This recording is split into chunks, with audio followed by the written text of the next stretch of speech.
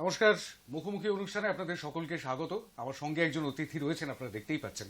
তার পরিচয়টা একটুখানি দিয়ে দেওয়া দরকার। টেলিভিশন চ্যানেল খুললেই যাকে দেখতে পাওয়া যায়, বিভিন্ন টেলিভিশন চ্যানেলে সন্ধ্যেবেলার আলোচনায় যিনি উপস্থিত থাকেন, আমাদের টিভির যারা দর্শক, আমাদের চ্যানেলের যারা দর্শক, তারাও বহুবার দেখেছেন আমাদের বিভিন্ন আলোচনায় নীলাদ্রি বন্দ্যোপাধ্যায়কে। স্বাগত জানাই নীলাদ্রি।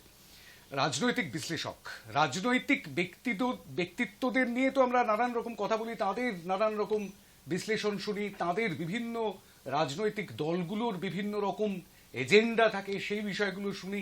সেই এজেন্ডাগুলো মানতে না পারলেও হয়তো মেনে নিতে হয়, তার কারণ সাংবাদিকের কাজ সেটাই।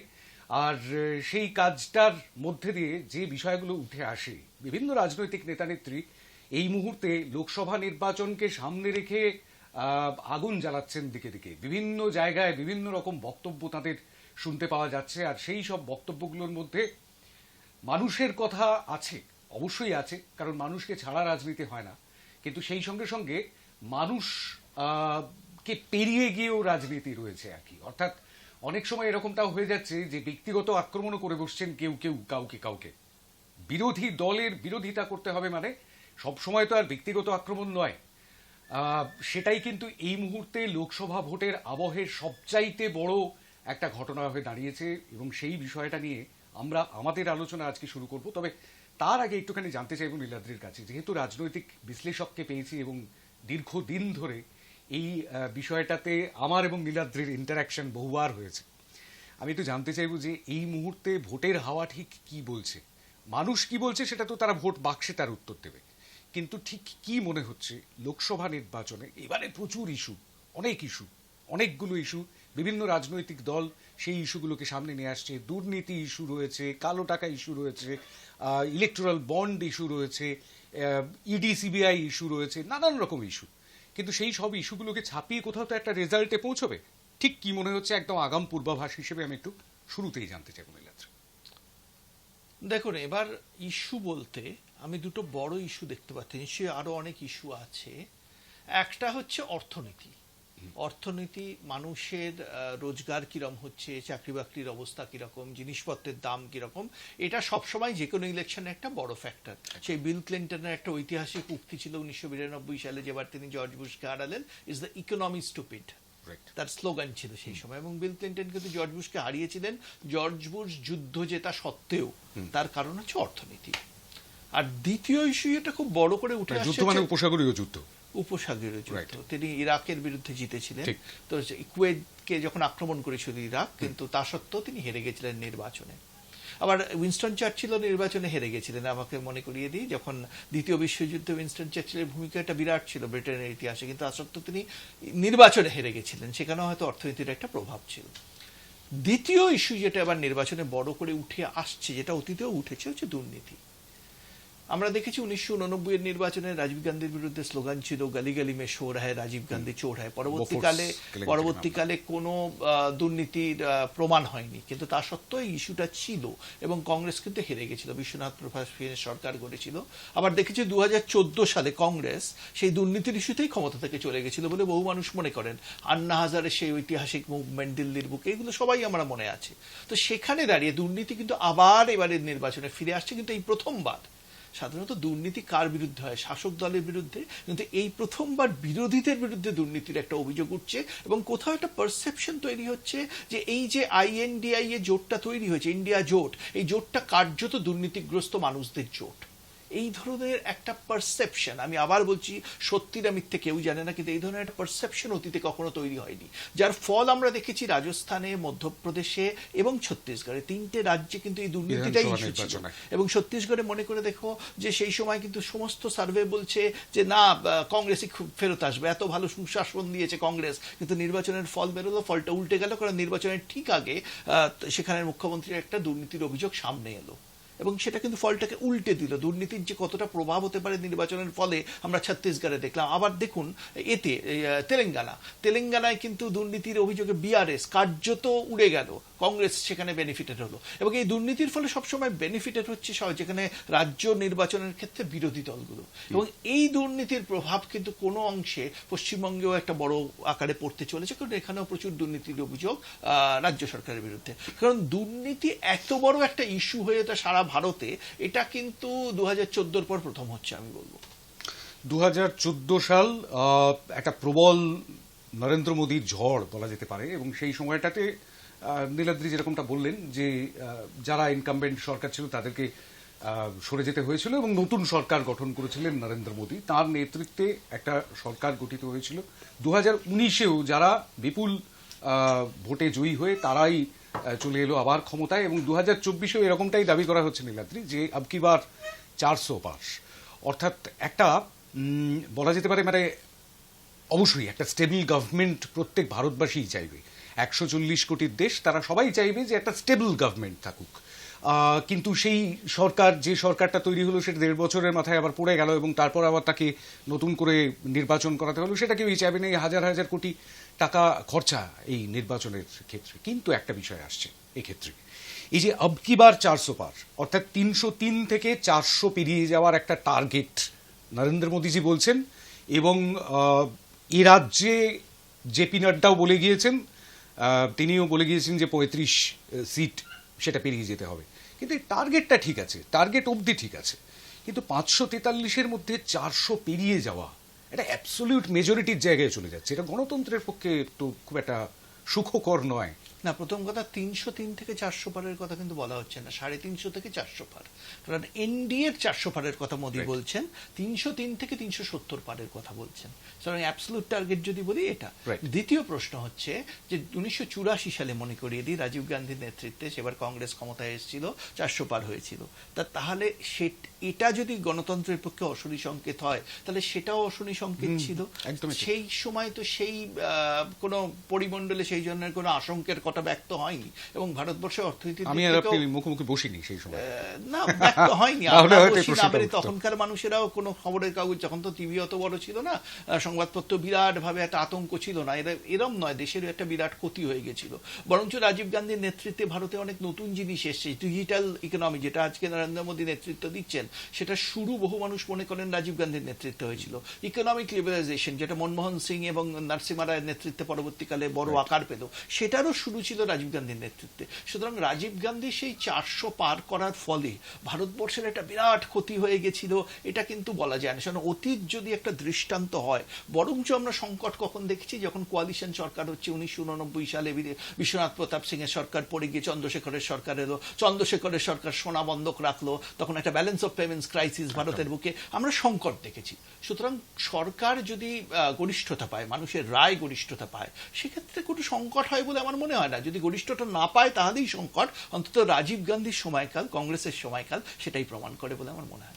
একদম। আমি গোটা দেশের বিষয়ে কথা বলছিলাম, এবার একটুখানি এই রাজ্যে চলে আসি। আপনি অবশ্য এর আগেই একটু ছুঁয়ে গিয়েছেন এই রাজ্যকে, কিন্তু বিষয়টা হচ্ছে এই রাজ্যের ক্ষেত্রে একটা ছবি দেখতে পাওয়া যাচ্ছে যে একজন মন্ত্রীর বাড়িতে রেড হচ্ছে এবং সেখান থেকে 41 লক্ষ টাকা পাওয়া যাচ্ছে, ক্যাশ পাওয়া যাচ্ছে, হার্ড ক্যাশ পাওয়া যাচ্ছে। আমি সেই 50 কোটি সেই বিষয়টা ভুলে যাচ্ছি। আমি একদম রিসেন্ট যে ঘটনাগুলো ঘটে যাচ্ছে, সন্দেশখালির মতন একটি ইস্যু হয়ে গেল। মহুয়া মৈত্র, যিনি বরখাস্ত হওয়া সাংসদ, তিনি এবার আবার কৃষ্ণনগরে দাঁড়িয়েছেন, এবং তার বাড়িতেও সিবিআই রেড হয়েছে, তাকে সিবিআই ডেকেও পাঠিয়েছে, ইডি ডেকে পাঠিয়েছে, তিনি সেখানে হাজিরা দেননি। কিন্তু বিষয়গুলো হচ্ছে, এবং তারপর আরেকজন মন্ত্রী, তার ভাইয়ের স্ত্রী যিনি, তিনি একজন কাউন্সিলর তৃণমূল কংগ্রেসের। এই যে শাসক দল, এ রাজ্যের যে শাসক দল, সেই শাসক দলের বাড়িতে বারবার সিবিআই, ইডি, আইটি হানা, আয়কর দপ্তর হানা, এই বিষয়টাকে কেন্দ্রের কারসাজি বলে বর্ণনা করা হচ্ছে, এবং সেটা একটা ভোটের ইস্যু হতে পারে। দুর্নীতি যদি ইস্যু হয়, নিশ্চয়ই দুর্নীতি ইস্যু, কিন্তু এ রাজ্যে আরো বড় একটা ইস্যু আছে দুর্নীতির থেকে। দেখুন, আমরা অনেক সময় বলে থাকি যে মমতা বন্দ্যোপাধ্যায়ের সবচেয়ে বড় ভোট ব্যাংক হচ্ছে সংখ্যালঘুরা। সম্পূর্ণ ভুল কথা। মমতা বন্দ্যোপাধ্যায়ের সবচেয়ে বড় ভোট ব্যাংক হচ্ছে মহিলাদের ভোট। 2021 সালের নির্বাচনের পর একটা সার্ভে হয়েছিল, তাতে দেখা গেছিল মহিলারা যারা মানে ভোটারদের 49% পশ্চিমবঙ্গে, তাদের 50% ভোট তৃণমূলে গেছিল, বাকিটা ভাগ হয়ে গেছিল অন্য দলের মধ্যে। এই মহিলা ভোটের যে শক্তিটা, সেই শক্তিটা কোথাও টাল খেয়ে গেছে এবার। ঠিক যেমন সিপিএম এর একটা বড় অংশের ভোট ছিল কৃষকদের ভোট, নন্দীগ্রাম এবং সিঙ্গুরের পর সেই কৃষকরা যখন সিপিএম থেকে সরে গেল, তখন কিন্তু সিপিএম এর আর অস্তিত্ব বিপন্ন হলো। পশ্চিমবঙ্গে তৃণমূলের কিন্তু এই মহিলাদের ভোট বিপন্ন করে দিচ্ছে। তার একটা বড় কারণ, মমতা বন্দ্যোপাধ্যায় মুখ্যমন্ত্রী হও, তিনি বিধানসভায় দাঁড়িয়ে সেই শেখ শাহজাহানকে সমর্থন করেছেন, মানে কোনো তদন্তের আগে যে শেখ শাহজাহানের বিরুদ্ধে গণধর্ষণের অভিযোগ আছে, মমতা বন্দ্যোপাধ্যায় বিধানসভায় দাঁড়িয়ে বলেছেন যারা গণধর্ষণের অভিযোগ করছেন তারা বহিরাগত। এতদিন তৃণমূলের ক্যাম্পেইনে শোনা যেত যে নরেন্দ্র মোদী বহিরাগত, অমিত শাহ বহিরাগত, কিন্তু সন্দেশখালীর মহিলাদের, রেখা পাত্রদের বহিরাগত করা, এটা কিন্তু কোনোদিন শোনা যায়নি। এবং মমতা বন্দ্যোপাধ্যায় নিজে একবারও সন্দেশখালীতে যাওয়ার প্রয়োজন অনুভব করেননি, এবং বিরোধী দল সেখানে সন্দেশখালীতে কোনো মানে বসিরহাটে কোনো রাজনীতিবিদকে প্রার্থী না করে কিন্তু সেখানের একজন মহিলাকে প্রার্থী করেছেন, যিনি নিজে এই যৌন নির্যাতনের অভিযোগটাকে সামনে এনেছিলেন। মহিলাদের মুখে আমরা টিভি পর্দায় শুনেছি, সত্যি মিথ্যে জানি না, তৃণমূল কংগ্রেসের কর্মীরা তাদের এসে বলেছে যে লক্ষ্মীর ভাণ্ডারের টাকা দেওয়া হচ্ছে, তার বিনিময়ে তাদের তৃণমূলের অফিসে গিয়ে তাদের মনোরঞ্জন করতে হবে। এই যে অভিযোগগুলো, মনোরঞ্জন কিভাবে হবে জানি না, সেটা গণধর্ষণ হতে পারে, পিঠে কেন গণধর্ষণের অভিযোগও সামনে আসছে, তৃণমূল অফিসে গণধর্ষণ হচ্ছে, এই পারসেপশনটা ক্রিয়েটেড হয়ে গেছে। এবং মমতা যেখানে কোনো তদন্ত ছাড়া শেখ শাহজাহানকে বিধানসভায় সমর্থন করছেন, যার বিরুদ্ধে মূল আঙুল অভিযোগের, সেখানে কিন্তু এই ধারণাটা খুব স্পষ্ট হয়ে যাচ্ছে যে মমতার সরকার কোথাও গণধর্ষণকারীদের সমর্থন, আপনি বলছেন সমর্থন করছেন, কিন্তু সেই সরকারের পুলিশই কিন্তু তাদেরকে গ্রেপ্তার করলো। নিশ্চয়ই, কিন্তু মানুষ কিছুটা বুঝতে পারছিল না পুলিশ শেখ শাহজাহানকে গ্রেপ্তার করেছে না শেখ শাহজাহান পুলিশকে গ্রেপ্তার করেছে। আমি শেখ শাহজাহান, আপনি দেখুন যখন তিনি কোর্টরুমে ঢুকছিলেন, পুলিশ একেবারে পেছনে আস্তে আস্তে মাথা নিচু করে যাচ্ছে, শেখ শাহজাহান বীর দপ্পে চলে যাচ্ছেন। অথচ শেখ শাহজাহানের বডি ল্যাঙ্গুয়েজ পরিবর্তন হয়ে গেল যখন সিবিআই হেফাজতে তিনি এলেন। এবং সবচেয়ে বড় কথা, কোর্টের নির্দেশ সত্ত্বেও পরপর 2 দিন পুলিশ সিবিআই হাতে শেখ শাহজাহানকে তুলে দেয়নি। কোথাও একটা ধারণা তৈরি হচ্ছে শেখ শাহজাহানকে রক্ষা করার চেষ্টা করছে তৃণমূল কংগ্রেস। এর সাথে যোগ করুন, তৃণমূল কংগ্রেস কৃষ্ণনগরে সেখানে রাজা কৃষ্ণচন্দ্রকে দেশ বিরোধী বলেছেন। কেন দেশ বিরোধী বলেছেন? তিনি ব্রিটিশ লর্ড ক্লাইভের সাথে হাত মিলিয়ে সিরাজদৌল্লার বিরোধিতা করেছিলেন, আর সিরাজদৌল্লার বিরুদ্ধেও একইভাবে নারী নিগ্রহের অভিযোগ আছে।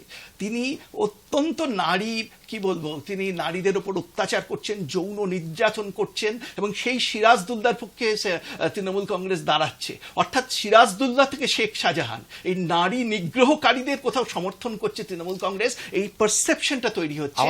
এইখানে একটা প্রশ্ন আছে, এখানে একটা প্রশ্ন আছে নীলাদ্রি, সেটা হচ্ছে যে আমি তৃণমূল কংগ্রেসের কে সমর্থন করছি না, আমি ভারতীয় জনতা পার্টিকেও সমর্থন করছি না, কিন্তু বিষয়টা হচ্ছে এরকমটাই যে রাজা কৃষ্ণচন্দ্র রায়, নবকৃষ্ণ দেব এবং যারা আরো ছিলেন আর কি, তারা মির্জাফরদের সঙ্গে হাত মিলিয়েই সিরাজউদ্দৌলার বিরুদ্ধে দাঁড়িয়েছিলেন এবং রবার্ট ক্লাইভকে ডেকে এনেছিলেন। আর তার ফলাফল হচ্ছে 190 বছর ধরে ভারতের পরাধীনতা, মানে বাংলা অপরাধীন হলো আর কি। কিন্তু বিষয়টা হচ্ছে এরকমটাই যে ইংরেজ ভালো না সিরাজউদ্দৌলা ভালো? দেখুন, আমি পরাধীনতা সিরাজ হারার পরেই এসছে, খুব সাংঘাতিক না না উত্তর দিচ্ছি আপনাকে। নিশ্চয়ই পরাধীনতা সিরাজ হারার পরেই এসছে এটা আমি বিশ্বাস করি না। ভারত 1000 সাল ধরে পরাধীন ছিল, 1000 বছর ধরে পরাধীন ছিল, বরঞ্চ পরাধীনতার ব্যাটনটা সিরাজের থেকে ইংরেজদের হাতে চলে গেছিল। সিরাজদৌল্লা নিজে বাংলা বলতে পারতেন না, সিরাজদৌল্লা নিজে বাংলা বলতে পারতেন না, মোগলরা বাইরে থেকে এসেছিল। রবার্ট ক্লাইভ পারতেন না, রবার্ট ক্লাইভ, আমি তো বললাম ব্যাটনটা এক হাত থেকে আরেক হাতে চলে গেছিল। কিন্তু একটা জিনিস মনে করুন, যদি ইংরেজ শাসন, ইংরেজরা প্রচুর শোষণ করেছে, সেটা নিয়ে কোনো প্রশ্ন নেই, এবং অনেক সময় কিছু দেশের নেতাকেও দেখা গেছে ইংরেজদের পক্ষে কথা বলতে, তারা পূর্ণ স্বাধীনতার দাবি না করে অনেক সময় স্বায়ত্ত শাসনের দাবি করেছেন।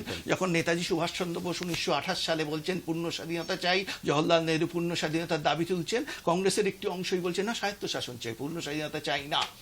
কিন্তু যে প্রশ্নটা থেকেই যায়, যদি ইংরেজ শাসন না হতো, রামমোহন রায় কি সতীদাহ বন্ধ করতে পারতেন? যদি ইংরেজ শাসন না হতো, তাহলে বিদ্যাসাগর কি বিবাহ প্রবর্তন করতে পারতেন? মোগল আমলে কোনোদিন এই সতীদাহ বা বিধবা বিবাহ যে সামাজিক সংস্কারগুলো একটা যুগান্তকারী সংস্কার বলতে হয়, সমস্ত রাজনীতির ঊর্ধ্বে ওঠে, সেগুলোর ক্ষেত্রে তো ইংরেজদের সদর্থক ভূমিকা ছিল, এটা ভুলে গেলে চলবে না। এবং সেই সময় সিরাজদৌল্লা যে জগৎ শেঠ সিরাজদৌল্লার বিরুদ্ধে ষড়যন্ত্র করেছেন ক্লাইভের সাথে হাত মিলিয়ে, সেই জগৎ শেঠের মেয়েকেও তার শ্লীলতাহানি করেছিলেন বলে শোনা যায়। সিরাজদৌল্লা থাকলে হিন্দু সমাজ থাকতো কিনা বাংলায়, কারণ সিরাজ প্রচুর হিন্দুকে জোর করে ধর্মান্তরিত করছিলেন বলে শোনা যায়। তো সেই সময় একটা বিরাট সংকট তৈরি হয়েছিল হিন্দু ধর্মের। সেখানে এই ইংরেজদের আশাটা কিন্তু সাময়িকভাবে হিন্দুদের বাঁচতে সাহায্য করেছিল, এবং রাজা কৃষ্ণচন্দ্র কৃষ্ণনগরে দাঁড়িয়ে সেই কাজটা করেছিলেন, অনেকটাই একটা বড় ভূমিকা নিয়েছিলেন। এবার তৃণমূল কংগ্রেস দেখুন কৃষ্ণনগরে লড়তে যাচ্ছেন, উনি বহরমপুরে লড়ছেন না, কৃষ্ণনগরে লড়ছেন। সেখানে লড়তে গিয়ে কুণাল ঘোষ কৃষ্ণচন্দ্রের বিরুদ্ধে বলছেন। এটাকে আমি যদি আজ নীরজসি চৌধুরী থাকতেন, তিনি আত্মঘাতী বাঙালি বলে একটা বই লিখেছিলেন আমরা জানি, তিনি হয়তো আরেকটা বই লিখতেন আত্মঘাতী তৃণমূল। একটা দল কিভাবে আত্মঘাতের পথে যেতে পারে তার নিদর্শন সৃষ্টি করছেন মমতা বন্দ্যোপাধ্যায়, কুণাল ঘোষেরা। আমি জানি না যে কৃষ্ণনগরে ঠিক কি হবে, অমৃতা রায় জিতবেন নাকি মহামৈত্র জিতবেন, সেটা তো সাধারণ মানুষ বুঝবে, অর্থাৎ ভোটাররা বলবে। কিন্তু বিষয়টা হচ্ছে এরকমটাই, এটা একটা মানে ইতিহাসটা এবার একটা ইস্যু হয়ে গেল, এটাও একটা মানে 2024-এর নির্বাচনের একটা নতুন রং। আমি ঠিক এই জায়গা থেকে আরেকটা বিষয়ে একটুখানি যেতে চাইবো নীলাদ্রি, সেটা হচ্ছে খানিকটা আমাদের আলোচনার মধ্যে ইতিমধ্যে এসেই গিয়েছে। সেটা হচ্ছে যে রাজনৈতিকভাবে একজন মানুষ আরেকজন মানুষের বিরোধিতা করতে পারেন, একজন মানুষ আরেকজনকে বিরোধিতা করছেন পিতৃ সম্বোধন করে, মানে আমি একদম পরিষ্কার বলছি বাংলায়, বাবা তুলে কথা, সেটা কতদূর মেনে নেওয়া যায়? আমি দিলীপ ঘোষের মন্তব্যটা সম্পর্কে বলছি, আপনার সঙ্গে খুব ঘনিষ্ঠ সম্পর্ক দিলীপ দা, আমি তীব্র বিরোধিতা করছি দিলীপ ঘোষের মন্তব্যের। যে মন্তব্য উনি করেছেন সভ্য সমাজে ওর মন্তব্য করা উচিত নয়, স্পষ্ট ভাষায় বলছি, ঠিক যেভাবে উচিত নয় যে কার্টুনটা তৃণমূল কংগ্রেসের মানে ফেসবুক পেজ থেকে প্রকাশিত হয়েছে, সেই কার্টুনে দেখা যাচ্ছে মুখ্যমন্ত্রী, প্রধানমন্ত্রী এবং স্বরাষ্ট্রমন্ত্রীকে লাথি মেরে ফেলে দিচ্ছেন এবং তারা একটা খাদে পড়ে যাচ্ছেন। এটা কি ইঙ্গিত করে? এটা কি শোভন? শোভনতার পরিমাপটা সবার ক্ষেত্রেই বোধহয় সমান হওয়া উচিত। মমতা বন্দ্যোপাধ্যায়ের সম্মান আছে, রেখা পাত্রর সম্মান নেই। ভুলে যান কার্টুনের কথা। মমতা বন্দ্যোপাধ্যায় যে ভাষায় যে মহিলার গণধর্ষণের অভিযোগ করছেন তাদের বহিরাগত বলেছেন, সেটা কতটা শোভন? কতটা শোভন মমতা বন্দ্যোপাধ্যায় যখন এটাকে সাজানো ঘটনা বলে শেখ শাহজাহানের পাশে দাঁড়াচ্ছেন। এবং কি আশ্চর্য দেখুন, কুণাল ঘোষ সিরাজদৌল্লার পাশে দাঁড়াচ্ছেন, মমতা বন্দ্যোপাধ্যায় শাহজাহানের পাশে দাঁড়াচ্ছেন। কোথাও একটা ন্যারেটিভ তৈরি হয়ে যাচ্ছে যে তৃণমূল কংগ্রেস যারা নারী নির্যাতন করেন তাদের পক্ষে। এবং এটা কোনো বিচ্ছিন্ন ঘটনা নয় শান্তম।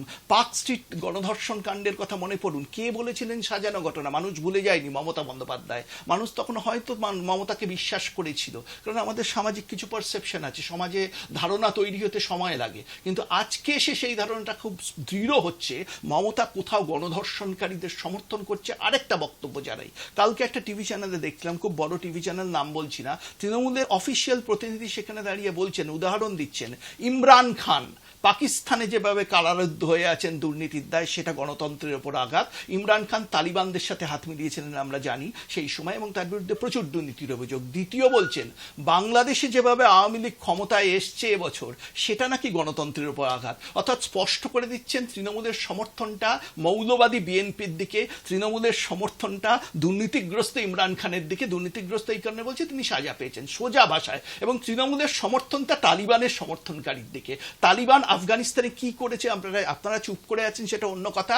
মহিলাদের পাথর ছুঁড়ে মারার নিদান দিয়েছে তালিবান সরকার। আমার ভয় হয় কোনোদিন বাংলার বুকে সেই তালিবানি শাসনের কোনো ইমপ্লিমেন্টেশন আমরা না দেখি, তৃণমূল যেদিকে যাচ্ছে। না, আমি জানি না, মানে নীলাদ্রি বন্দ্যোপাধ্যায় যেরকম ভাবে বর্ণনা করছেন মানুষও সেরকম ভাবছেন কিনা, কিন্তু বিষয়টা হচ্ছে যে এটাও বলা হচ্ছে, এরকমটাও বলা হচ্ছে যে পার্ক স্ট্রিটের ঘটনার পর যে বক্তব্য, সেই বক্তব্যের প্রভাব ভোটে পড়েনি। আর এবারে যে ঘটনা হয়েছে তার পরিপ্রেক্ষিতে যে বক্তব্য, বা মুখ্যমন্ত্রীর সন্দেশখালীতে একবারের জন্য না যাওয়া, কিন্তু সন্দেশখালীর পাশেই প্রধানমন্ত্রীর সভা করা এবং প্রধানমন্ত্রীর হস্তক্ষেপে রেখা পাত্রকে বসিরহাট থেকে প্রার্থী করা, এবং তারপর তার বক্তব্য যে ফোনে কথোপকথন হয়েছে, দুজনের সঙ্গে কথোপকথন, সেটিকে খুব সতর্কভাবে, আমি সেই প্রচারের বিষয়টায় আসবো অবশ্যই পরে, কিন্তু সেটি সাধারণের মাঝে চলে এসেছে, আমরাও শুনছি সেগুলো। কিন্তু বিষয়টা হচ্ছে এরকমটাই, তার কোনো প্রভাব সন্দেশখালীর ভোটে মানে বসিরহাট লোকসভা কেন্দ্রের ভোটে পড়বে না আমি এরকমটাই একটা আপনি টিভি চ্যানেলের কথা বললেন, টিভি চ্যানেলে বসেই তৃণমূল কংগ্রেসের মুখপাত্র এই কথাই সেটা বলেছেন। স্বাভাবিক বলবে। আমি একটা উদাহরণ দিচ্ছি, আবার একটা টিভি চ্যানেলের কথা বললাম, আরেকটা টিভি চ্যানেল যারা ঘোষিতভাবে তৃণমূলের সমর্থক, নাম নিচ্ছি না, বেশ। তারা একটা সার্ভে করেছিল। সেই সার্ভেটা প্রকাশিত হয় যেদিন মমতা বন্দ্যোপাধ্যায় দুর্ভাগ্যজনকভাবে অসুস্থ হয়ে পড়লেন বাড়িতে। সেই সার্ভেতে দেখা যাচ্ছে, এই তৃণমূলপন্থী টিভি চ্যানেলের সার্ভেতে বিজেপি পশ্চিমবঙ্গে 25টা আসন পাবে, তৃণমূল 17টা পাবে। এবার আমাকে আপনি বলুন, যে চ্যানেলকে লোকে তৃণমূলপন্থী বলে জানে, তারা যদি তাদের ওপিনিয়ন পুলে দেখায়, সর্বভারতীয় ওপিনিয়ন পোল, যে তৃণমূল 17টা আসন পাবে, আসলে তৃণমূল যদি 10-এর নিচে নেমে আসে, আমি আশ্চর্য হব না। তারাই তো বলছেন, আমি তো বলছি না। সমস্ত সার্ভে দেখুন, আরেকটি সার্ভে এসছে 26টা বলছে বিজেপি, 17টা বলছে তৃণমূল, আবার কেউ বলছে না এগিয়ে আছে। কিন্তু আমি অন্য সার্ভে ডিসরিগার্ড করবো। ওরা তো বলে আবার মিডিয়াকেও আপনাদেরও নাকি কিনে নিয়েছে বিজেপি, মানে জুডিশিয়ারিকে কিনে নিয়েছে, সিবিআইডি কে কিনে নিয়েছে, মিডিয়াকে কিনে নিয়েছে, আর্মিকে কিনে নিয়েছে। আমার মনে হয় 4 জুন তৃণমূল বলতে পারে মানুষকেও কিনে নিল বিজেপি, মানুষও তৃণমূলের সাথে বিশ্বাসঘাতকতা করলো। কিন্তু সেটা প্রশ্ন নয়। তৃণমূলপন্থী চ্যানেলের সার্ভে বলছে 17টা আসন পাবে তৃণমূল। আপনি পরিস্থিতি ভাবুন, ওরাই তো স্বীকার করে দিচ্ছেন। আমি জানি না, ভোটের ফলাফল তো আমাদের 4 জুন পর্যন্ত অপেক্ষা করতে হবে। গণতন্ত্র, গণতান্ত্রিক দেশ, আর জনগণের ভোট, 97 কোটি ভোটার কোন দিকে ভোট দেন সেদিকে আমাদের অবশ্যই নজর রাখতে হবে, অপেক্ষা করে থাকতে হবে। কিন্তু আমি এবারে একটুখানি চলে যেতে চাইবো। আমি একটু আগে ভাষা সন্ত্রাসের কথা বলছিলাম। বহিরাগত এই কথাটা তৃণমূল কংগ্রেসের মুখে বারংবার শোনা গেছে, তৃণমূল কংগ্রেসের বিভিন্ন নেতা নেত্রী। এবার তো বিজেপির একজন সাংসদ, সিটিং সাংসদ, এবং তিনি আবার নির্বাচনে লড়ছেন, দিলীপ ঘোষ, তার মুখেও শোনা গেল কীর্তি আজাদ সম্পর্কে তিনি বললেন, মানে যেটি বলেছেন সেটি আমি বলতে পারছি না, মানে যথাসম্ভব অপমান করে তাকে বের করে দিতে হবে আর কি। এবং সেটা মানে সাংঘাতিক একটা অশালীন মন্তব্য করে ফেলেছেন।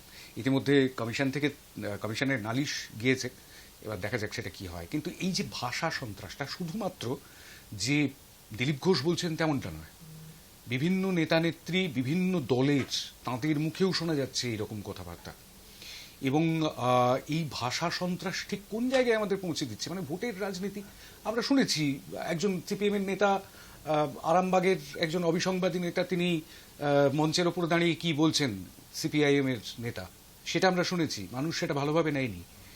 এবার কি মানুষ ভালোভাবে নিচ্ছে এগুলো, নাকি এটাতেই অভ্যস্ত হয়ে পড়ছে? আমার বামপন্থী গায়ক, বামপন্থী বলছি, কবির সুমন, আমি খুব পছন্দ করি তাকে, স্বীকার করছি। রাজনৈতিক মতবাদে হয়তো কিছু ফারাক থাকতে পারে, খুব পছন্দ করি। তার একটা গানের কথা মনে পড়ে যাচ্ছে, নন্দীগ্রাম বলে একটা সিডি বার করেছিলেন নন্দীগ্রামের আন্দোলনের সময়। সেখানে কিছু পংক্তি ছিল, সুনীল রাচায় ভাষার পবিত্রতা, কথাটা আমার মনে পড়ে যাচ্ছে। নন্দীগ্রামে গণধর্ষণের শিকার হচ্ছে মানুষ, সিঙ্গুরে তাপসী মালিককে ধর্ষণ করে হত্যা করা হলো, তীব্র ভাষায় সিপিএমকে আক্রমণ করা হচ্ছে। সিপিএম এর বুদ্ধিজীবীরা বলছেন, সুনীল একটা উদাহরণ, আরো অনেকে ছিলেন তখন, তারা পরবর্তীকালে আবার দলও পরিবর্তন করে নিয়েছেন। তারা ওই পংক্তিটার ভেতরে আরেকজনেরও নাম রয়েছে। হ্যাঁ, আমি সবার নাম নিলাম না, সুনীল একটা প্রতীক। সুনীল শুধু সুনীল নয়, নীল তো তৃণমূলের রং, সুতরাং সেই দিক থেকেও বললাম। তো যাই হোক, সেই সন্ত্রাসের সময় দাঁড়িয়ে, অর্থাৎ শাহজাহানরা তৃণমূল অফিসে গণধর্ষণ করবেন, যদি করে থাকেন, জানি না করবেন কিনা, করেছেন কিনা, মানে মহিলারা বলছেন, আর মহিলারা শুদ্ধ ভাষায় তাদের মুখোমুখি হবে। আসলে দিলীপ ঘোষ যে কথাগুলো বলছেন আমাদের শুনতে খুব খারাপ লাগছে, কিন্তু বাংলার মানুষ ওই কথাগুলো এক্স্যাক্টলি এখন বলছে। বাংলার মানুষ তো আপনাদের আমার মতো শুদ্ধ ভাষায় কথা বলে না। আর সেই বাংলার মানুষের ভাষা, যে পলিটিক্যালি ইনকারেক্ট ভাষা, আজ প্রশ্ন মানে রূপ পাচ্ছে দিলীপ ঘোষের মুখে। আমি তীব্র অন্যায় প্রতিবাদ করছি, কিন্তু এটাও তো অস্বীকার করতে পারি না, এটা বাংলার মানুষের ভাষা। যে প্রশ্নগুলো বাংলার মানুষ করছেন সেটাই দিলীপ ঘোষ বলছেন। অবভিয়াসলি পাবলিক ফোরামে বলা উচিত নয়। প্রশ্ন করছে বাংলার মানুষ। সত্যি আজ তৃণমূলের তো ইস্যু ছিল বহিরাগত। দুর্গাপুরে যিনি প্রার্থী, তিনি কি বাঙালি না বহিরাগত তৃণমূলের ডেফিনেশনে? আসানসোলে যে প্রার্থী, তিনি কি বাঙালি না বহিরাগত? বহরমপুরে অধীর চৌধুরীর বিরুদ্ধে যিনি প্রার্থী, তিনি কি বাঙালি না বহিরাগত? প্রশ্ন মানে তৃণমূলের দিকেই বুমেরাং হয়ে প্রশ্নটা ফিরে আসছে। প্রশ্ন হচ্ছে, তাহলে কি এত বাঙালি ছিল না বাংলায়, যে প্রতি আসনে বাঙালি প্রার্থী দিতে পারত না তৃণমূল? তাহলে তো বাংলার দল, বাংলার স্বার্থ নিয়ে লড়াই করবে। তাদের কেন ইউসুফ পাঠানকে গুজরাট থেকে নিয়ে আসতে হয়? স্টেটটাও খুব ইম্পর্টেন্ট। বহরমপুরে লড়াই করার জন্য বহরমপুরে কোনো তৃণমূল নেতার উপর আস্থা রাখতে পারলেন মমতা বন্দ্যোপাধ্যায়? আসলে মমতা বন্দ্যোপাধ্যায় কোথাও এই ধারণাটা তৈরি হচ্ছে বাঙালিদের ওপর আস্থা রাখতে পারছেন না, বাঙালি মহিলাদের ওপর আস্থা রাখতে পারছেন না, মানে সাধারণ মহিলা, সায়নী ঘোষরা বলছি না, সাধারণ বাঙালি মহিলাদের উপর আস্থা রাখতে পারছেন না। তিনি সন্দেশখালি যাওয়ার সাহস রাখতে পারছেন না। আগে মমতা বন্দ্যোপাধ্যায় হলে সন্দেশখালিতে প্রথমে দৌড়ে যেতেন, তার সাহস হয়নি না সন্দেশখালিতে যাওয়ার, আজ অব্দি তিনি সন্দেশখালি যেতে পারেননি। সেইখানে দাঁড়িয়ে প্রশ্নটা কোথাও উঠে যাচ্ছে যে তৃণমূল যেটা চালাচ্ছে, তৃণমূল তো একটা অপরাধীদের সংগঠন নয়, তৃণমূল তো আইএস নয়, তৃণমূল তো তালিবান না, একটা রাজনৈতিক দল। কিন্তু তৃণমূলের আচরণটা ইতিহাসের সূত্র ধরেই বলছি, জার্মানির নাজি পার্টির কথা মনে পড়িয়ে দিচ্ছে। জার্মানির নাজি পার্টি একসময় বিপুল ভোটে হিটলার জিতে এসেছিলেন। আমি মমতাকে হিটলার বলছি না, হিটলারের অনেক কোয়ালিটি ছিল, দেশনায়ক ছিলেন, মমতা তো দেশনায়ক হতে পারে। বিপুল ভোটে জিতলেই তাকে সাদ্দাম হোসেন কিংবা হিটলার বলবেন? না না, একেবারেই বলবো না, কিন্তু প্রশ্নটা হচ্ছে তাদের যে আচরণ, যে মানে কি বলবো, বিরোধীদের প্রতি। আজকে ধরুন কংগ্রেসকে তারা যেভাবে শেষ করে দিয়েছে পশ্চিমবঙ্গে, বিরোধী শূন্য পশ্চিমবঙ্গ করার জন্য, তার ফলেই তো বিজেপির উত্থান হয়েছে দিনের পর দিন। এবং এখন যারা বিজেপিতে, তারা অনেকে তাতে বড় ভূমিকা নিয়েছেন। তো সেই যে ভূমিকাটা, গণতন্ত্র বিরোধী ভূমিকা মমতার, সিপিএম কংগ্রেসকে শেষ করে দেওয়া, বাংলা থেকে সিপিএম কে শেষ করে দেওয়া, জাতিবিদ্বেষ সিপিএম এর বিরুদ্ধে। খুব উল্লেখযোগ্য একটা কথা বললেন নীলাদ্রি বন্দ্যোপাধ্যায়, সেটা হচ্ছে এখন যারা বিজেপিতে তাদের অনেকেই এই ভূমিকাটা নিয়েছিলেন, অর্থাৎ বিজেপি থেকে তৃণমূল, তৃণমূল থেকে বিজেপি। মুকুল রায় বর্ষিয়ান একজন নেতা, এবং তৃণমূল কংগ্রেসের ভিত তৈরি করবার জন্য মুকুল রায়ের অবদান আছে, এটা অস্বীকার কেউ করবেন না। আমার মনে হয় তাবড় তৃণমূল নেতৃত্বও করবেন না। কিন্তু বিষয়টা হচ্ছে যে মুকুল রায় মাঝখানে বিজেপিতে চলে গিয়েছিলেন এবং তারপর আবার তৃণমূলে ফিরে এসেছেন। এখন কোথায় আছেন জানি না, কিন্তু তিনি এখন বাড়িতেই আছেন, অসুস্থ, খুবই অসুস্থ, শরীর খারাপ। তাকে শেষবার সামনাসামনি দেখেছিলাম গত বছর প্রেসিডেন্সিয়াল ইলেকশনের সময়, অর্থাৎ প্রেসিডেন্ট রাষ্ট্রপতি নির্বাচনের সময় বিধানসভায়, কিন্তু তখনও তাকে ধরে ধরে আনতে হচ্ছিল। কিন্তু তিনি একটি অত্যন্ত উল্লেখযোগ্য কথা বলেছিলেন একবার, বোধহয় স্লিপ অফ টাং, সেটা হচ্ছে তৃণমূল মানেই তো বিজেপি, বিজেপি মানেই তৃণমূল। এটা নিয়ে প্রচুর প্রচুর প্রচুর মিম তৈরি হয়েছিল, প্রচুর ট্রোলড হয়েছিলেন মুকুল রায়। কিন্তু একদিন আগেই একটা ছবি দেখতে পেলাম, অর্জুন সিং, তিনি ব্যারাকপুরের বিজেপি প্রার্থী, তিনি প্রচারে যাওয়ার আগে প্রণাম করলেন মুকুল রায়কে। এটা সৌজন্যের রাজনীতি। তিনি তড়িৎ বরণ তোপদারকেও প্রণাম করতে গিয়েছিলেন, তাঁরও আশীর্বাদ নিয়ে এসেছেন, একসময় ব্যারাকপুরের অবিসংবাদী সিপিআইএম নেতা তড়িৎ তোপদার। কিন্তু বিষয়টা হচ্ছে, আমি সৌজন্যের রাজনীতি নিয়ে কোনো প্রশ্ন তুলছি না, এই বিষয়ে অবশ্যই থাকবে। কিন্তু এই একটা বিষয় কিন্তু দেখতে পাওয়া যায় নীলাদ্রি, ভোটের আগেই 2021-এও আমরা দেখেছিলাম দল বদলের পালা, তৃণমূল কংগ্রেস থেকে বিজেপিতে, আবার বিজেপি থেকে তৃণমূল কংগ্রেসে। ভোট মিটে যাওয়ার পর আবার যারা তৃণমূল থেকে বিজেপিতে চলে গিয়েছিলেন তারা কান্নাকাটি করে আবার তৃণমূল কংগ্রেসে ফিরে আসছেন। এই ছবিটা এবারও কিন্তু দেখতে পাওয়া যাচ্ছে।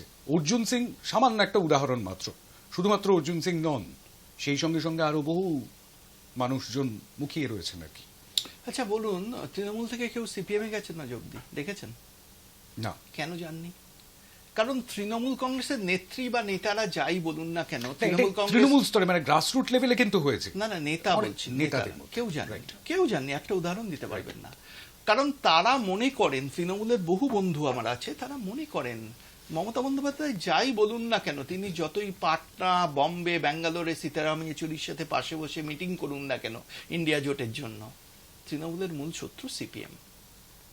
আজকে দুঃখের ব্যাপার হচ্ছে, যখন আমরা 21শে জুলাই দেখি, সেই সভার মঞ্চ থেকে সিপিএম এর বিরুদ্ধে একটা শব্দ উচ্চারিত হয় না, শব্দ উচ্চারিত হয় বিজেপির বিরুদ্ধে। অথচ সিপিএম এর পুলিশের গুলিতে কিন্তু সেদিন কংগ্রেসের, যুব কংগ্রেসের সব মানুষেরা মারা গেছিল। আবার কংগ্রেস দেখুন অফিসিয়ালি সিপিএম তৃণমূলের একটা ইন্ডিয়া জোটের পার্ট হিসেবে ঘনিষ্ঠতা ছিল, কিন্তু কংগ্রেস অফিসিয়ালি হাত মিলিয়েছে। এবার বিশ্বাসঘাতকতা, আপনি মির্জাফরের কথা বলছিলেন, এটাও নব্যযুগের মির্জাফর বলে মানুষ দেখছে সম্ভবত, সেই প্রশ্নটা আছে। দ্বিতীয়ত মনে করিয়ে দিই, তৃণমূল কংগ্রেস যখন তৈরি হয়েছিল, কি হাত মিলিয়েছিল তৃণমূল কংগ্রেসের সাথে? অটল বিহারী বাজপেয়ীর নেতৃত্বে বিজেপি। সেদিন যদি বিজেপি তৃণমূল কংগ্রেসের দিকে হাত না মেলাতো, তাহলে আজকের এই তৃণমূল কংগ্রেসকে আমরা দেখতে পেতাম? ক্ষমতায় আসতে পারতো তৃণমূল কংগ্রেস? বুকে হাত রেখে যে কোনো যদি তৃণমূল কংগ্রেসের নেতা ক্যামেরার বাইরে জিজ্ঞেস করুন, ক্যামেরার সামনে অন্য কথা বলবেন, তারা স্বীকার করবেন বিজেপির অবদানের কথা। সেদিন তৃণমূল বাংলার রাজনীতিতে যা ছিল, আজকে বিজেপি সেটাই। তৃণমূলের সাথে, সেই পুরনো তৃণমূলের সাথে বিজেপির একটা আদর্শগত মিল আছে, দুটোই জাতীয়তাবাদী দল, দুটোই দক্ষিণপন্থী দল। সেই জন্য তৃণমূলের মানুষরা সহজে বিজেপিতে আসবেন। কিন্তু অন্য দিকটা আপনি দেখছেন না, নেতারা আসছেন, সমর্থকদের আসতে কতক্ষণ, তৃণমূলের যে ভোট সেটা বিজেপির দিতে যেতে কতক্ষণ। আদর্শগত মিলটা তো আছেই। যারা মমতাকে পছন্দ করে তারা মোদীকেও অনেকে পছন্দ করেন। এবারের নির্বাচনে সেই ভোটটা একটা বিরাট ভাবে শিফট হয়ে যাওয়ার সম্ভাবনা কিন্তু রয়েছে। শিফট হওয়ার মানে সম্ভাবনার কথা বলছেন নীলাদ্রি বন্দ্যোপাধ্যায়, কিন্তু আমরা দেখেছি, মানে আমি একটা সামান্য একটা ছোট্ট উদাহরণ দিচ্ছি, ডোমজুড়ে রাজীব বন্দ্যোপাধ্যায় তৃণমূল থেকে বিজেপিতে যাওয়ার পর এবং বিজেপি থেকে আবার তৃণমূলে ফেরার পর, ফিরেছেন অবশ্য নির্বাচনের পরে, কিন্তু যাওয়ার পর রাজীব বন্দ্যোপাধ্যায়ের বিরুদ্ধে সেখানকার মানুষ গলা তুলেছিলেন, পোস্টার পড়েছিল, মনে আছে নিশ্চয়ই 2021 নির্বাচনের আগে। সুতরাং মমতা বন্দ্যোপাধ্যায়ের ছবি বুকে করে নিয়ে চোখে জল ফেলে বিজেপিতে চলে গেলেও খুব একটা সুবিধে তিনি পাননি, কিন্তু তার সমর্থকদের একটা বড় অংশ কিন্তু রয়ে গিয়েছিল বাইরে এবং তারা তৃণমূল কংগ্রেসকে সমর্থন করেছে। আবার দেখুন অর্জুন সিং ফিরে এলেন, তো কিভাবে সাদরে মানুষ তাকে গ্রহণ করছে আপনি দেখুন। এবং হয়তো সবাই দেখবেন কি করছেন, এটা বড় অংশের মানুষ, কিছু তো ফাল্গুনী পাত্ররা সবসময় থাকবেন, কিন্তু কিছু মানে যারা টিকিট পাননি তারা থাকবেনি। প্রচুর, আমিও ফোন পাচ্ছি প্রচুর মানুষের যারা টিকিট পাননি। আমার কোনো টিকিট পাওয়ার ইচ্ছে নেই, সেই জন্য আমার কিছু মনে হয়নি, কিন্তু যারা পাননি, কোনো দলেরই টিকিট পাওয়ার ইচ্ছে নেই। ফোন পেয়েছিলেন? হ্যাঁ, সায়ন্তিকার ফোন না, অভিমানী হয়েছিলেন যখন, এখন তো সায়ন্তিকা বিধানসভা নির্বাচনে ফোন করেননি, কারণ টিকিট পেয়ে গেছেন, তা আশ্বস্ত হয়েছেন। কিন্তু অনেকে যারা পাননি, বিশেষ করে বিজেপির যারা পাননি, কারণ বিজেপিতে আবার জিততে চলেছে, তৃণমূলের টিকিট অনেকে নিতে চাইছে না, এবার হারবে জানে, কিন্তু বিজেপি অনেকে মানে নিতে চাইছে না। মিমি চক্রবর্তী উদাহরণ দিয়ে দিই, মিমি চক্রবর্তী নিজে আগেই ঘোষণা করলেন আমি টিকিট চাই না, মানে পেতেন কিনা জানি না, আগেই ডিসাইড করে দেন চাই না, কিন্তু সেখানে অনেকে নিতে চাইছে না, উদাহরণ প্রচুর আছে। কিন্তু বিজেপির টিকিট মানুষ পেতে চাইছে, এবং অনেক মানে সংখ্যালঘু শ্রেণীর মানুষও বিজেপির টিকিট পেতে চাইছে। আজ সকালে আমার একজন সংখ্যালঘু শ্রেণীর বিশিষ্ট মানুষ, নাম নিচ্ছি না, বিশিষ্ট বুদ্ধিজীবী এবং শিক্ষক, তিনি পদ্মশ্রীও পেয়েছেন, তার সাথে কথা হলো, তিনি অত্যন্ত হতাশ। তিনি বলছেন তিনি যদি এবার টিকিট পেতেন, এবার মুসলমান ভোট তার কেন্দ্রে বিজেপির দিকে আসতে পারতো। কত বড় কথা ভাবুন, যে সংখ্যালঘু ভোটের ওপর কার্যত বিজেপি বিরোধী একটা টকমা এঁটে দেওয়া হয়েছিল, সেই ভোটও বিজেপি তৃণমূলের দিকে আসতে পারতো। কারণটা ভাবুন, কারণ মহিলাদের কোনো ধর্ম হয় না, কোনো জাত হয় না, আমার মনে হয় তাদের মহিলা পরিচয়টাই আগে। যখন কোনো মহিলাকে তৃণমূল অফিসে গণধর্ষণ করার অভিযোগ উঠছে, যখন অভিযোগ উঠছে যে লক্ষ্মীর ভাণ্ডারের টাকার বিনিময়ে পুরুষদের মনোরঞ্জন করতে হবে, সেখানে কোথাও তৃণমূল, বিজেপি, সিপিএম এর বিভেদটা মুছে গিয়ে মহিলা পুরুষদের একটা লড়াইয়ে হয়ে যাচ্ছে সেখানে, এবং এই মহিলাদের লড়াইয়ের প্ল্যাটফর্ম হচ্ছে বিজেপি। স্বাধীনতার আগে ভারতবর্ষে স্বাধীনতা সংগ্রামের প্ল্যাটফর্ম হয়েছিল কংগ্রেস। কংগ্রেস কি হিন্দুদের দল ছিল? একেবারেই ছিল না, কিন্তু হিন্দুদের ভোটই কংগ্রেস পেত, সংখ্যালঘু সম্প্রদায়ের ভোট কংগ্রেস পেত না। আজকে ভারতীয় জনতা পার্টি কোথাও পশ্চিমবঙ্গের বুকে কিন্তু তৃণমূলের বিরুদ্ধে সংগ্রামের একটা প্ল্যাটফর্ম হয়ে উঠছে।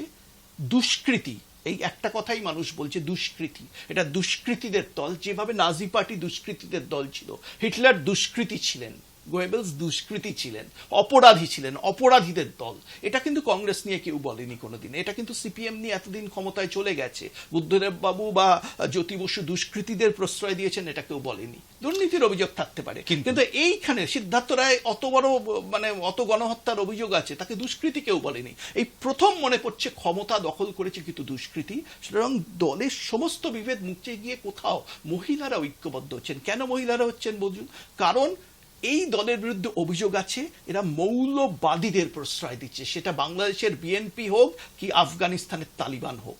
যারা মৌলবাদীদের প্রশ্রয় দেয়, যারা গণধর্ষণকে বিধানসভায় দাঁড়িয়ে সমর্থন করে, তাদের কোনো সুস্থ রুচির মহিলা সমর্থন করতে পারে না, এবং অধিকাংশ মহিলা রুচি সুস্থ, যারা টিকিট পাচ্ছেন তৃণমূলের, তাদের বাদ দিয়ে। বেশ, আমি একদম শেষের দিকে চলে এসেছি আজকের আলোচনার। আমি একটুখানি এই জায়গা থেকে বলবো যে এই জায়গাতে নীলাদ্রি বন্দ্যোপাধ্যায় বলছেন, এবং বিভিন্ন যে সমস্ত সমীক্ষাগুলো হচ্ছে সেই সমস্ত সমীক্ষাতেও দেখা যাচ্ছে যে ভারতীয় জনতা পার্টি বেশ খানিকটা ফায়দা তুলতে পারবে পশ্চিমবঙ্গ থেকে। গোটা দেশ থেকেও হয়তো তারা ফায়দা তুলবেন, কিন্তু প্রশ্ন তো উঠেছেই, আমি একদম শুরুতেই বলেছিলাম, ইলেকটোরাল বন্ড, যেটার দায়টা অস্বীকার করতে পারেন না কংগ্রেস কিংবা তৃণমূল কংগ্রেসও। সিপিআইএম বলছেন যে আমরা ইলেকটোরাল বন্ড ছাড়িনি, সুতরাং আমাদের প্রশ্নই উঠছে না। কিন্তু এই ইলেকটোরাল বন্ড ইস্যুতে, এই ইস্যুটি নিয়ে সেটা মানুষ কি বোঝে, কতটা বোঝে, খায় না মাথায় দেয় ইলেকটোরাল বন্ড, কারা ইলেকটোরাল বন্ড হাজার হাজার কোটি পেল, কারা পেল না, ফার্মা কোম্পানিগুলো কতটা ইলেকটোরাল বন্ড কিনে সরকারের কাছ থেকে, মানে কেন্দ্রীয় সরকারের কাছ থেকে সুবিধা কিনলো, কিংবা কিনলো না, এই বিষয়টা কি খুব একটা মানুষের উপর প্রভাব ফেলবে বলে মনে হচ্ছে? হ্যাঁ, প্রভাব ফেলবে, কিন্তু আমার কোথাও কথা বলে মানুষের সাথে মনে হয়েছে কোর্টের রায় যাই হোক মানুষ খুব খুশি ইলেকট্রাল বন্ড হয়েছে। কেন খুশি? কারণ নির্বাচনে টাকা নেওয়া বহুদিন ধরে চলছে, ইলেকট্রাল বন্ড হওয়ার আসার আগেও করছে। আজ ইলেকট্রাল বন্ড হয়েছিল বলেই আমরা জানতে পাচ্ছি কোন বাণিজ্যিক সংস্থা কোন দলকে কত টাকা দিয়েছে। যদি ইলেকট্রাল বন্ড না হতো তাহলে এই তথ্যটা কি সামনে আসতো? সমস্যা কিন্তু তথ্যটা সামনে আসতো না যদি সুপ্রিম কোর্ট অর্ডার না দিত। ইলেকট্রাল বন্ড হয়েছে বলেই তো অর্ডারটা দিলে সামনে। ইলেকট্রাল বন্ড তো প্রথম পদক্ষেপ, দ্বিতীয় হচ্ছে সুপ্রিম কোর্টের অর্ডার। এখানে সমস্যা, হ্যাঁ নিশ্চয়ই এটাকে বেআইনি ঘোষণা করেছেন, সুপ্রিম কোর্টের অর্ডার শিরোধার্য বলে মেনেও বলছি। জনমত কিন্তু ইলেকট্রাল বন্ডের পক্ষে, মানুষ বিজেপিকে কোথাও একটা সমর্থন করছে। কারণ এই তথ্যটা, যে তথ্যটা আমরা জানতাম না, আমরা জানতাম কলকাতায় ইলেকট্রিসিটির হার অন্য শহরের থেকে বেশি, আমরা জানতাম কলকাতায় একটি সংস্থার মনোপলি আছে, নাম নিচ্ছি না, আবার আপনাদের বিজ্ঞাপনদাতা হতে পারে। কিন্তু প্রশ্নটা হচ্ছে যে ইলেকট্রাল বন্ডে যদি সেই দলই সবচেয়ে বেশি টাকা তৃণমূল কংগ্রেসকে দেয়, যেটা দেখা গেছে সেই দলের সেই গোষ্ঠীর যে কোম্পানিগুলো, তাহলে তো প্রশ্ন উঠে যায়। আমি বলছি না তারা দুর্নীতি করেছে, কিন্তু প্রশ্ন ওঠে কেন কলকাতার মানুষকে অ্যাকচুয়ালি বেশি টাকা দিতে হবে ইলেকট্রিসিটির জন্য? কেন কলকাতায় তেলের দাম, পেট্রোলের দাম, উত্তরপ্রদেশ যেটা পিছিয়ে থাকা রাজ্য, তার থেকে 10 টাকা প্রতি লিটার বেশি হবে, 9 টাকা প্রতি লিটার বেশি হবে, 9 টাকার একটু বেশি? কেন? কেন ওষুধের দাম জাম্প করে বহু শতাংশ বেড়ে যাবে গোটা দেশ জুড়ে? সেই প্রশ্নটাও তো তুলবে মানুষ। 100 বার উঠবে, এই প্রশ্নটাও উঠবে, কিন্তু প্রশ্নর বাইরে কিন্তু বিরোধীরা থাকছেন। এবার মানুষের সামনে অপশন কি? বিজেপিও ইলেকট্রাল বন্ডে টাকা নিয়েছে, বিজেপি 18টা রাজ্যে ক্ষমতায় আছে সম্ভবত, তারা যে টাকা নিয়েছে তার একেবারে 1/4 টাকা নিয়েছে তৃণমূল কংগ্রেস একটি রাজ্যে ক্ষমতায় থেকে। এই প্রশ্নটাও উঠবে। সুতরাং কাকে তারা চুজ করবে এর মধ্যে? আর বামেরা টাকা পায়নি সম্ভবত, তাদের কোনো সম্ভাবনা নেই এখন, হয়তো রাজনীতিতে পায়নি, কারণ এটা তো একটা দেয়া নেওয়ার সম্পর্ক আছে, সবাই জানে। মানুষ কি এত বোকা নাকি যারা টাকা দিচ্ছে তারা বিনিময়ে কিছু পাবে না? কিন্তু ইন্টারেস্টিং ব্যাপার হচ্ছে, আপনি আমায় বলুন তো, আদানি বা আম্বানি যাদের বিরুদ্ধে এত দুর্নীতির অভিযোগ, সরকারের সাথে যোগসহযোগের অভিযোগ, তারা ইলেকট্রাল বন্ডে কত টাকা দিয়েছেন? কোন দলকে দিয়েছেন বলতে পারবেন? আমি যতদূর জানি শূন্য, ফিগারটা শূন্য। যেরকম বাম কংগ্রেস শূন্য, তেরকম ওরাও শূন্য। এই ব্যাপারটাই মানে সিপিএম অনেক সময় বলে না আমরা ইলেকট্রাল বন্ডে শূন্য, এখানে আদানিও বলতে পারে আমরা ইলেকট্রাল বন্ডে কিন্তু শূন্য। আমি যতদূর জানি, হয়তো আমি ভুল জানি, এটাও হতে পারে, পরবর্তীকালে হয়তো আরো তথ্য বেরোবে, এখন অব্দি জানি আসবে। কিন্তু এই বাম কংগ্রেসের কথা যখন উঠলো তখন সেটা একটুখানি ছুঁয়ে যেতেই হবে। সেটা হচ্ছে যে এ রাজ্যে বাম এবং কংগ্রেসের যে জোট, সেই জোটের মানে প্রার্থী তালিকা তৈরি করতে প্রচুর সময় লাগছে। সেই টানাপোড়েন যেমনটা আমরা দেখেছিলাম 2019-এ, অঘোষিত একটা জোট, সেই টানাপোড়েন 2016-তেও আমরা দেখেছিলাম, 2021-এও যে কারা কার সঙ্গে আছেন সেটাই বোঝা যাচ্ছিল না। মানে সাধারণ মানুষেরও বুঝতে খুব অসুবিধা হচ্ছিল আর কি। আপনি যেরকম বলছিলেন সাধারণ মানুষ, আমার সাংবাদিকতার সূত্রে এবং একেবারে পাড়ার ছেলের সূত্রে, নিজের পাড়ার সঙ্গে তো খুব ভালো যোগাযোগ থাকে, সেটা সব রাজনৈতিক দলের কর্মী সমর্থক তাদের সঙ্গেই যোগাযোগ থাকে। তো সেক্ষেত্রে একটা জিনিস দেখতে পাচ্ছি, সেটা হচ্ছে মানুষ না এখনো পর্যন্ত কনফিউজড। শুধুমাত্র কোচবিহারে যে কংগ্রেস এবং ফরওয়ার্ড ব্লক একে অপরের বিরুদ্ধে লড়ছে সেই ছবিটাই নয়, শুধু কোথায় যে কে দাঁড়াচ্ছে, কাকে যে সমর্থন করতে হবে, কাকে যে ভোটটা দিতে হবে, সেটা নিয়েই এখনো পর্যন্ত কনফিউজড মানুষ, অনেকটাই দ্বন্দ্বে রয়েছে। এই দ্বন্দ্বটা কাটাতে পারছে না কেন? এতগুলো নির্বাচন বেরিয়ে গেল। দেখুন, আপনি বলছেন বাম কংগ্রেসের জোট, আমি কিন্তু 3টে দলের জোট দেখতে পাচ্ছি। হ্যাঁ না, ওটাই তো INDI এর 3টে দলের জোট দেখতে পাচ্ছি এই নির্বাচনে পশ্চিমবঙ্গে। একটা অফিসিয়াল জোট আর একটা আনঅফিসিয়াল জোট। ধরুন বাম কংগ্রেস যদি ভোট বেশি পায়, আসন জিতলো কি না জিতলো পরের কথা, ভোট বেশি পায়, কার সুবিধা হবে নির্বাচনে? তৃণমূল কংগ্রেস। বাম কংগ্রেস যদি তৃণমূলের বিরোধিতা করে ভোট বেশি পায়, সুবিধা হচ্ছে তৃণমূল কংগ্রেসের। সুতরাং বাম কংগ্রেস একটা বড় ভূমিকা পালন করছে এই নির্বাচনে বিজেপিকে পরাজিত করার জন্য। ভোট কাটার অঙ্কে, বিজেপির ভোট কাটার অঙ্কে তৃণমূলও কোথাও চাইবে বাম কংগ্রেস বেশি ভোট পাক।